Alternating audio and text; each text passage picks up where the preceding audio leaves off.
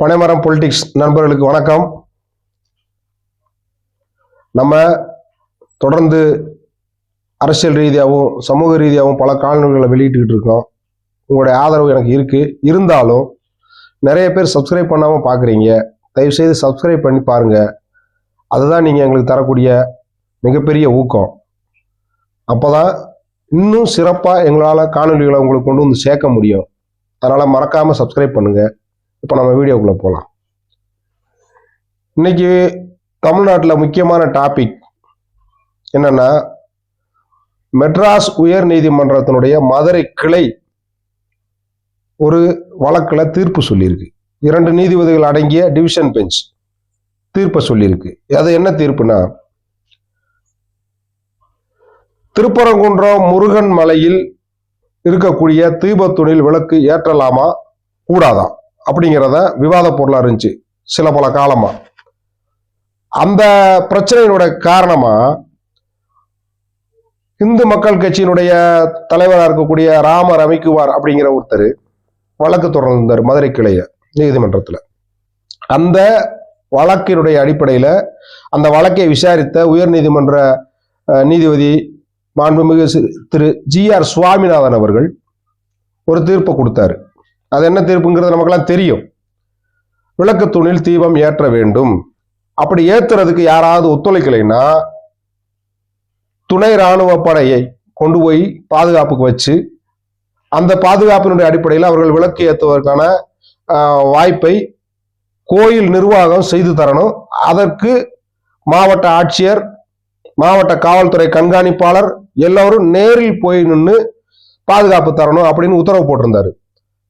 அந்த உத்தரவை எதிர்த்து இந்த பிரச்சனையில எதிர்கட்சியா இருக்கக்கூடிய மசூதி சம்பந்தப்பட்ட அந்த அமைப்பினர் மேல்முறையீட்டுக்கு போகல. அதுதான் கவனிக்கப்பட வேண்டிய விஷயம். அவங்களே பேசாம இருக்கும்போது எங்களுக்குள்ள எந்த பிரச்சனையும் இல்லை, நாங்க மத நல்லிணக்கத்தை விரும்புறோம், அவங்க வழிபாட்டு தவிர அவங்க விளக்கு ஏற்றுவதால் எங்களுக்கு எந்த பாதிப்பும் இல்லைன்னு அவங்க சொன்னதுக்கு அப்புறமும் இன்னைக்கு ஆளக்கூடிய திமுக அரசு, அதாவது திராவிட மாடல் அரசு, அப்படி சொன்னா இன்னும் நல்லா புரியும். அந்த அரசு உடனே மதசார்பின்மையை காப்பாற்ற போகுது. எங்க இருக்கிற பயில்களை பூரா அள்ளிட்டு போய் மேல்முறையீடு பண்ணுது. 2 நீதிபதிகள் அடங்கிய டிவிஷன் பெஞ்சில் வழக்கு தாக்கல் பண்ணது. எதுக்கு? இந்த விளக்கு ஏற்றுவதை தடுக்க, ஒரு சாராருடைய மத நம்பிக்கையை கெடுக்க. அதுக்கு என்ன அடிப்படை காரணங்கிறது நான் சொல்லாமலே தெரியும். இருந்தாலும் இந்த காணொலியுடைய நோக்கமே அதை சொல்வதுதான். அதனால நான் சொல்றேன். வாக்கு அரசியல், அதாவது ஓட் பேங்க் பொலிட்டிக்ஸ் அப்படி சொல்றோம்.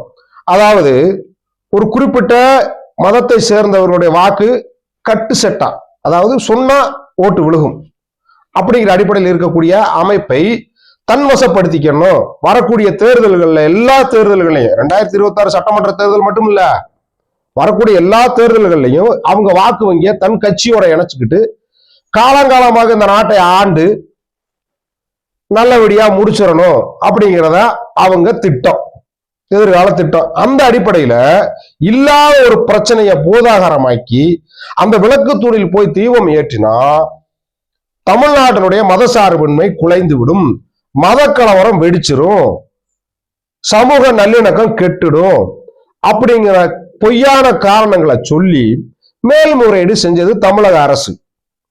நல்லா கவனிக்கணும். மக்களை பாதிக்கக்கூடிய பல வழக்குகள் இன்னமும் உச்ச நீதிமன்றத்துல, உயர் நீதிமன்றத்துல வழக்குகளா நிலுவையில கிடக்கு. வருஷ கணக்கு. முல்லை பெரியாறு பிரச்சனை, காவிரி மேகதாது பிரச்சனை, தஞ்சை மாவட்டத்தை டெல்டா பிரதேசமா அறிவிச்சது அந்த சம்பந்தமான வழக்குகள், நீர் தாவாக்கள், இப்படி நிறைய இருக்கு. அடிப்படையில பல தொழிற்சாலைகளை அடைச்சு பூட்டி கிடக்கு. அதாவது தூத்துக்குடியில் இருக்கக்கூடிய ஸ்டெர்லைட் ஆலை, இதெல்லாம் மக்களுடைய அடிப்படை வாழ்வாதாரத்தை பாதிக்கக்கூடிய சம்பவங்கள், விஷயங்கள். இதுக்கெல்லாம் மேல்முறையீட்டுக்கு ஓடாத அரசு ஒரு மத சம்பந்தப்பட்ட ஆட்களை திருப்தி செய்வதற்காக, ஓட்டு வங்கிக்காக ஓடுது. சுப்ரீம் கோர்ட்டுக்கு போகுது. அதே சமயத்தில் அதே டிவிஷன் பெஞ்சில் மேல்முறையீடு செய்யுது. அந்த வழக்கில் இன்றைக்கு மாண்புமிகு நீதி அரசர்கள் 2 பேரு, ஜெயச்சந்திரன் ராமகிருஷ்ணன் அடங்கிய டிவிஷன் பெஞ்சு ஒரு உன்னதமான தீர்ப்பை வழங்கியிருக்கு. அடிப்படையில அந்த மத நம்பிக்கை உள்ளவர்களுடைய காலங்காலமான நடைமுறைக்கு உதவக்கூடிய வகையில இதுதான் உண்மை, இதுதான் நடைமுறையில் இருந்தது, அதனால இதை நடைமுறைப்படுத்தியே தீர வேண்டும் அப்படின்னு மிக தெள்ள தெளிவா தீர்ப்பை சொல்லியிருக்கு.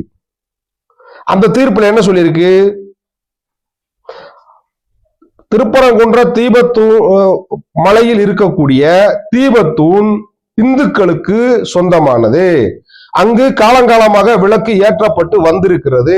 அது தொல்லியல் துறையின் பாதுகாப்பில் இருந்திருக்கிறது. அங்கு மத சம்பந்தமான சடங்குகளை செய்வதற்கு தடை இல்லை. இந்த விளக்கு தூணில் விளக்கை ஏற்றி இந்த தீர்ப்பை நடைமுறைப்படுத்த வேண்டும் உடனடியாக. அதுக்கு மாவட்ட ஆட்சித்தலைவரும் மாவட்ட காவல்துறை கண்காணிப்பாளர், அதாவது காவல்துறையும் கூடவே இருந்து உடனடியாக இந்த தீர்ப்பை நடைமுறைப்படுத்தி எங்களுக்கு அறிக்கை தாக்கல் செய்யணும் அப்படின்னு மிக தெளிவான தீர்ப்பை வழங்கி இருக்கு மதுரை உயர்நீதிமன்ற கிளை. அப்போ இதுல என்ன பிரச்சனை? இதுல முக்கியமான விஷயம் என்னன்னா, இது தீர்ப்பு மேல்முறையீடு வழக்குல அரசாங்கம் கொடுத்த தீர்ப்புல அரசாங்கத்துக்கு சம்மட்டி அடி. அதாவது இல்லாத பிரச்சனையை பேன பெருமாளாக்குற கதைன்னு நம்ம சொல்லுவோம்ல, அந்த மாதிரி இல்லாத பிரச்சனையை தூண்டி விட்டு அரசே மத கலவரத்தை தூண்டுவதற்கு தூண்டுகோலாக இருந்து இந்த வழக்கை மேல்முறையீடு செய்திருக்கிறது. இது தவறான முன்னுதாரணம் அப்படின்னு சொல்ற அளவுக்கு நீதிமன்றமே இந்த வழக்கை மேல்முறையீடு செஞ்சாங்க. இதுல நான் சொல்ல வர்ற ஒன்னு ரெண்டு விஷயம் என்னன்னா, நம்ம நாட்டுல, அதாவது தமிழ்நாட்டுல இருக்கக்கூடிய அரசியல் கட்சிகள் அவர்கள் பொதுமக்களுடைய தினந்தின வாழ்க்கையில எல்லா விஷயத்திலையும் தலையிடக்கூடியவங்க. அவங்க இல்லைன்னா தமிழ்நாட்டு மக்கள் செத்துருவாங்கங்கிற அளவுக்கு ஃபீல் பண்ணி அரசியல் பண்ணக்கூடியவங்க. திருமாவளவன் போன்றவர்கள், சீமான் போன்றவர்கள் கம்யூனிஸ்ட் சகோதரர்கள், அதாவது சகோதரர்கள்னு சொல்றது ரெண்டு கம்யூனிஸ்ட் கட்சிய, இது போக காங்கிரஸ்காரர்கள், பிஜேபி இதுல விளக்கு ஏற்றுபவர்களுடைய கூட இருக்கு. அதனால அது இந்த லிஸ்ட்ல வரல. மற்றபடி இங்க இருக்கக்கூடிய சமுதாய நல விரும்பிகள், சமூக நல விரும்பிகள் அப்படின்னு சொல்லிக்கிட்டு மேல வெள்ளை சட்டையை போட்டுக்கிட்டு ஏமாற்றி கொண்டிருக்கக்கூடிய அரசியல்வாதிகள் அனைவருமே இந்த திருப்பரங்குன்ற முருகன் மலையில் விளக்கு ஏற்றுவதற்கு எதிராக இருந்தவர்கள். அதுக்கு அவங்க என்ன சொல்றாங்க? ஒத்த காரணம், மத நல்லிணக்கம் கெட்டுவிடும், இருவரு மதங்களுக்கு இடையில் பூசல் ஏற்பட்டுவிடும், அதை தடுக்கத்தான் நாங்க எங்க உடல் பொருள் ஆவி அனைத்தையும் செலவு செஞ்சு காப்பாத்திக்கிட்டு இருக்கோம், அதனாலதான் இப்ப கலவரம் வராம இருக்கு. அப்ப இங்க காவல்துறைக்கு என்ன வேலை இருக்கு? நீதிமன்றங்களுக்கு என்ன வேலை இருக்கு? அதிகார வர்க்கத்துக்கு என்ன வேலை இருக்கு? இதையெல்லாம் இவர்கள் செய்யறோம்னு சொல்றாங்கன்னா, அப்ப மேல் சொன்ன காவல்துறை, அரசு அதிகாரிகள், நீதிமன்றங்கள் எல்லாம் இந்த விஷயத்தை தடுக்கலையா? அவங்க கடமையை செய்யலையா? அப்ப இது எந்த மாதிரியான ஒரு செயலா இருக்கு? இந்த அரசியல்வாதிகள் பேசுறது எவ்வளவு அப்பட்டமான பொய்! இதுல திருமாவளவன் ஒரு தலைவர் இருக்கிறாரு. அவரு பேசாத பேச்சு இல்ல, செய்யாத வேலைகள் கிடையாது. அவர் சொல்றாரு, என்ன சொல்றாரு? மத சார்பின்மை நாட்டுல விளக்கு ஏத்துனா இந்த நாடே கலவரத்தால அழிஞ்சிருங்கிறாரு. எந்த அளவுக்கு அவர் மக்களுடைய மத நம்பிக்கைய, இறை நம்பிக்கைய கொச்சைப்படுத்துறாருன்னு பார்க்கணும். இதுல எல்லா விஷயத்திலையும் முற்போக்கா தெளிவா விஷயங்கள்ல நிலைப்பாடை அறிவிக்கக்கூடிய சீமானே என்ன சொல்றாரு? அந்த விளக்கு தூண்ல, அதாவது முருகன் மலையில் இருக்கக்கூடிய விளக்கு தூண்ல விளக்கு ஏத்திட்டா தமிழ்நாட்டு மக்களோட வறுமை தீர்ந்துருமா அப்படின்னு நையாண்டி பண்றாரு. அப்ப இதுதான் இன்னைக்கு தமிழ்நாட்டில் இருக்கக்கூடிய அரசியல் கட்சிகளுடைய மதம் சம்பந்தப்பட்ட விஷயத்துல அவங்களுடைய நிலைப்பாடா இருக்கு, செயல்பாடா இருக்கு. இப்படி மதசார்பின்மைங்கிற பேர்ல பேசுறது சரிதான். ஆனா அந்த மதசார்பின்மை ஒரு மதத்துக்கு சார்பாவே இருக்கே, அது ஏன்?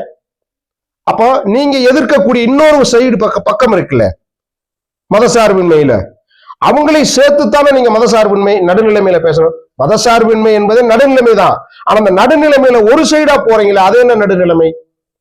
இதுதான் என்னோட கேள்வி. இந்த காலனுடைய முக்கிய நோக்கமே அதான். இவங்களுடைய இரட்டை நிலைப்பாடு, இவங்களுடைய என்ன சொல்றது, இரண்டு முகங்களை வைத்திருக்கிறார்கள். ஒருத்தருக்கு இன்னொரு முகத்தை காட்டுறது, இன்னொருத்தருக்கு இன்னொரு முகத்தை காட்டுறது. இந்த நிலைதான் உங்களுடைய அரசியல் நிலைப்பாட்டுல மிகப்பெரிய தோல்வி. அதனாலதான் நீங்க இன்று வரை கூட்டணி முதுகில் ஏறி சவாரி செய்ய வேண்டிய சூழ்நிலை ஏற்பட்டிருக்கு. உங்களுடைய கட்சி எந்த காலத்திலையும் தேர்தல்கள்ல தனியா நின்று வெற்றி பெற முடியல. காரணம் என்னன்னா உங்களுடைய செயல்பாடு, பிரச்சனைகள்ல உங்களுடைய நிலைப்பாடு, அதுதான் உண்மை.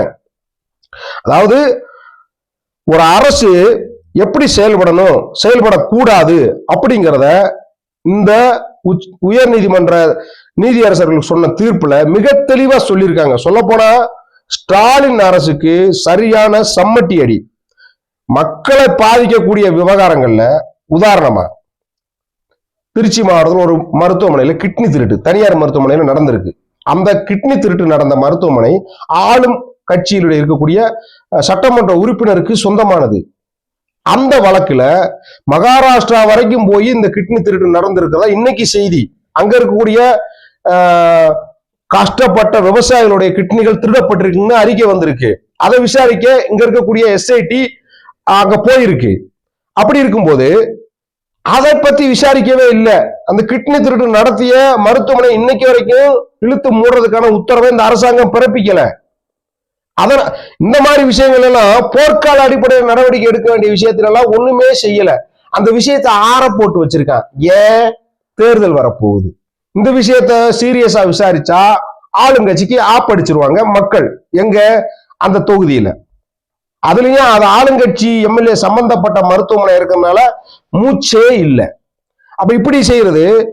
ஆனா இந்த விளக்கு தூண்ல, அதாவது இந்த தீபத்தூண்ல விளக்கேத்துற விஷயத்துல திரு ஜி.ஆர். சுவாமிநாதன் அவர்கள் தனி நீதிபதி உத்தரவை போட்ட உடனே மேல்முறையீட்ட 1 மணி நேரம் கூட தாமதம் இல்லாம செய்யறாங்க இந்த அரசு வக்கீல். அப்ப இந்த விஷயத்துல காட்டின வேகத்தை, மக்களுடைய அடிப்படை பிரச்சனைகளை தீர்க்கிறதுல என்றைக்காவது நீங்க காட்டி இருக்கீங்களா? அப்படி காட்டி இருந்தா எவ்வளவு நல்லா இருந்திருக்கும் தமிழ்நாட்டினுடைய நிலை எல்லா விஷயத்திலையும். இதுல இன்னொரு விஷயத்தை சொல்லி முடிக்கிறேன். அந்த கட்சியில் துணை பொதுச் செயலாளர் இருக்கக்கூடிய மகளிர் அணி தலைவியா இருக்கக்கூடிய திருமதி கனிமொழி அவர்கள் சொல்றாரு, கொஞ்சம் கூட கூச்சம் இல்லாம வெக்கம் இல்லாம ஊடகங்கள்ல சொல்றாரு, பப்ளிக்கா சொல்றாரு, எந்த ஆதாரமும் இல்லாம அவர் சொல்றாரு. இதை ஏன் நான் திரும்ப சொல்றேன்னா, ஏற்கனவே இதை ஒரு காலையில சொல்லி இருக்கிறேன்.